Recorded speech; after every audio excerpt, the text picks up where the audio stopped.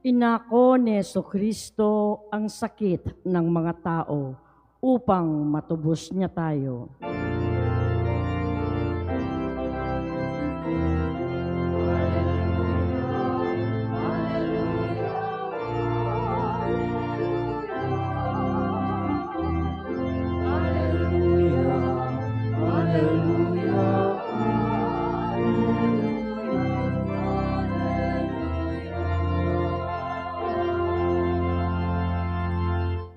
Sumainyo ang Panginoon. At sumaiyo rin. Ang mabuting balita ng Panginoon ayon kay San Marcos. Papuri sa iyo, Panginoon.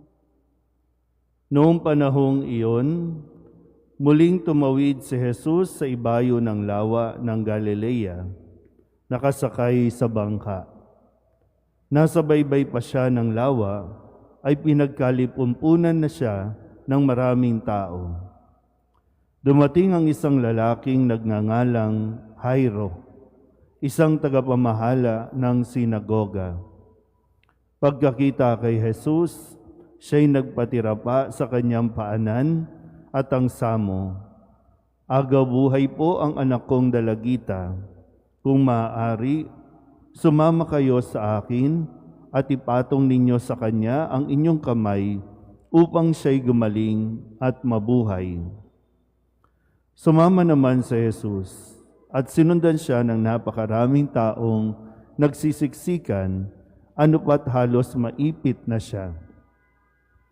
May isang babae roon na 12 taon nang dinudugo at lubhang nahihirapan. Marami ng manggagamot ang tumingin sa kanya at naubos na sa kapapagamot ang kanyang ari-arian, ngunit hindi siya napabuti kahit kaunti, bagkus ay lalong lumubha.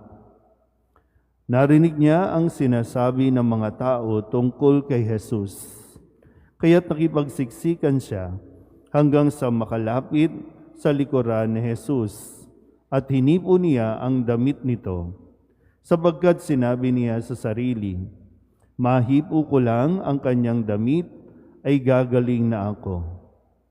Biglang tumigil ang kanyang pagdurugo at naramdaman niyang magaling na siya. Naramdaman naman ni Jesus na may kapangyarihang lumabas sa kanya, kaya't bumaling siya sa mga tao at nagtanong, sino ang humipo sa akin?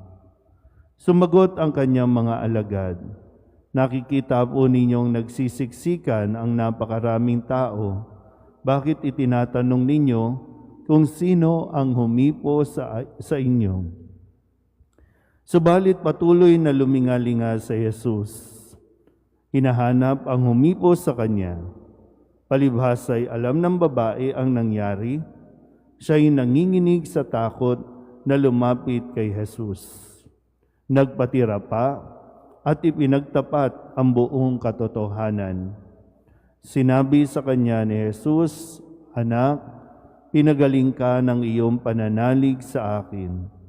Umuwi ka na't ipanatag mo ang iyong kalooban. Lubusan ka ng magaling sa iyong karamdaman. Samantalang nagsasalita pa si Jesus, may ilang dumating mula sa bahay ni Jairo. Patay na po ang anak ninyo, sabi nila. Bakit pa ninyo aabalahin ang guro? Hindi pinansin ni Jesus ang kanilang sinabi. Sa halip ay sinabi sa tagapamahala, huwag kang mabagabag, manalig ka. At wala siyang isinama kundi si Pedro at ang magkapatid na Santiago at Juan. Nang dumating sila sa bahay ng tagapamahala, nakita ni Jesus na gulong-gulo ang mga tao. May mga nananangis pa at nananaghoy. Pagpasok niya ay kanyang sinabi, bakit kayo nagkakagulo at nananangis? Hindi patay ang bata, natutulog lamang. Ngunit pinagtawanan siya ng mga tao. Pinalabas niya ang lahat maliban sa ama't ina ng bata at sa 3 alagad, at sila'y pumasok sa kinaroroonan ng bata. Hinawakan niya ito sa kamay at sinabi, Talita kumi, na ang ibig sabihin, ining, sinasabi ko sa iyo, magbangon ka. Pagdakay bumangon ng bata at lumakad. Siya'y 12 taon na at namangha ang lahat. Mahigpit na ipinagbili ni Jesus na huwag ipaalam ito kanino man at iniutos niyang bigyan ng pagkain ang bata. Ang mabuting balita ng Panginoon. Pinupuri ka namin, Panginoong Hesukristo. Isang magandang umaga po sa inyong lahat. Ngayon po ay Martes ng ika-4 na linggo sa karaniwang panahon. At sa magkasunod na araw, mga himala na sa pamamagitan ng pananalig ay naipagkaloob ng Panginoon sa mga tao ang kanilang kahilingan. Bagamat mahaba-haba ang kwento ng ating pong Ebanghelyo sa umagang ito, pero ito po ay nagpapaalala din sa atin ng mga pagkilos na dapat nating ginagawa. Sa kahilingan nitong tagapamahala ng sinagoga, itong si Jairo at yung 12 taon ng dinudugo, pareho sila na lumapit kay Jesus. Maraming lumalapit, no? Kasi sabi nga, pagbaba pa lang ni Jesus doon sa bangka ay pinagkakalipun-punan na siya o dinudumog na siya ng mga tao. Maraming umahawak, maraming gusto siyang malapitan, pero sadyang merong kakaiba sa dalawang ito na kailangan din natin mapagnilayan. Nagtataglay sila ng pananalig. At yung pananalig sa Diyos, ito po rin yung nagtutulak sa atin para lumapit sa Panginoon ng may kapakumbabaan. Hindi tayo po pwedeng mag-demand sa Diyos na basta-basta na lang tayo lalapit ng ganun na lang. Kinakailangan din yung, kasi sabi dito, no, sila ay nakiusap, sila ay nagpatira pa. Pag sinabi nagpatira pa, talagang bumaba, yumuyuko, no, yung saka,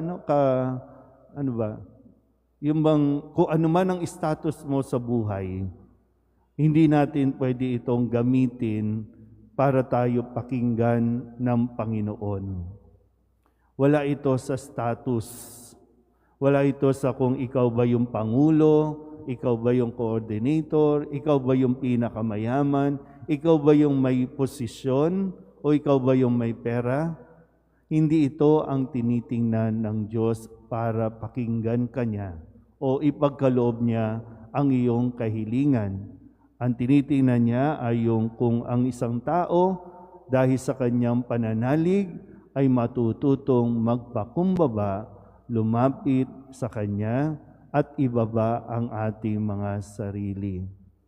Minsan kasi yung kapag yung pride ang pinairal natin o ang umiral sa atin, nahihirapan tayo na makiusap sa Diyos. Kasi yung dasal natin, para bang kala mo nagdadasal ka, no, pero nagdidiman ka sa Diyos. Di ba, no? Kapag nagdasal ka, paano nga ba tayo lumapit sa Diyos? Pag lumapit ba tayo, automatic, nagdidiman tayo na dapat pagalingin ako ng Diyos. Dapat pagalingin ng Diyos yung ipinagdarasal ko. Muli, no? Crucial at mahalaga po na kapag tayo ay lumalapit sa Diyos, nananalig tayo sa Kanya. Yung pananalig. Sabihin niyo nga po, pananalig. So, gaya ng sulat sa Hebreo, itong ating karanasan na sinasabing hindi pa humahantong sa pagdanak ng dugo ang pakikitunggali ninyo sa kasalanan. So yung paghihirap natin ay kailangan din makita, mapagnilayan na mabuti kung ito ba ang paghihirap na ito ay dahil sa pananalig kay Kristo o dahil sa ating mga kasalanan.